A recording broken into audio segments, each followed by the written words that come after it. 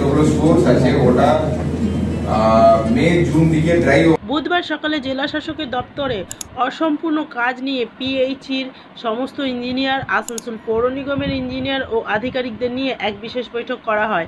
জেলা শাসক এস পুণ্যবালাম জানান, পিএইচির বিভিন্ন দপ্তরের আধিকারিক ও ইঞ্জিনিয়ার এবং আসানসোল পৌর নিগমের ইঞ্জিনিয়ার ও আধিকারিকদের নিয়ে এই বৈঠকটি করা হয়েছে।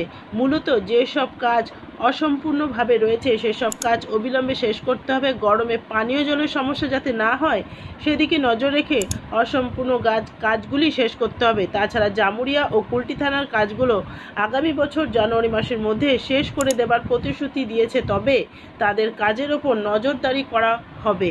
Green Asansol, clean Asansol. Sir আজকে কি মিটিং হলো? আমরা আজকে মূলত পিএইচি দপ্তর এবং এমইডি দপ্তরকে নিয়ে এখানে এক্সিকিউটিভ ইঞ্জিনিয়াররা ছিলেন, আর কর্পোরেশন থেকেও সেক্রেটারি ওনাদের ইঞ্জিনিয়াররা ছিলেন। আমাদের পিএইচি সমস্ত ইঞ্জিনিয়াররা, এক্সিকিউটিভ ইঞ্জিনিয়ার মেকানিক্যাল সমস্ত ওনাদের টিম ছিল।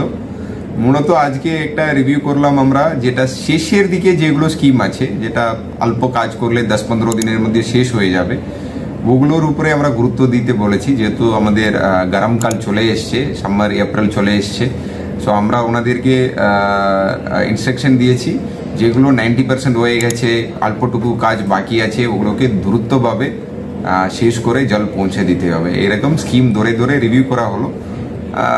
অনেক জায়গায় ওনারা যেটা 6 মাসের আগে যে পরিস্থিতি ছিল তার থেকে একটু ইমপ্রুভ হয়েছে, আরও কিছু কাজ করতে হবে, ওগুলো ওদেরকে বলা হলো।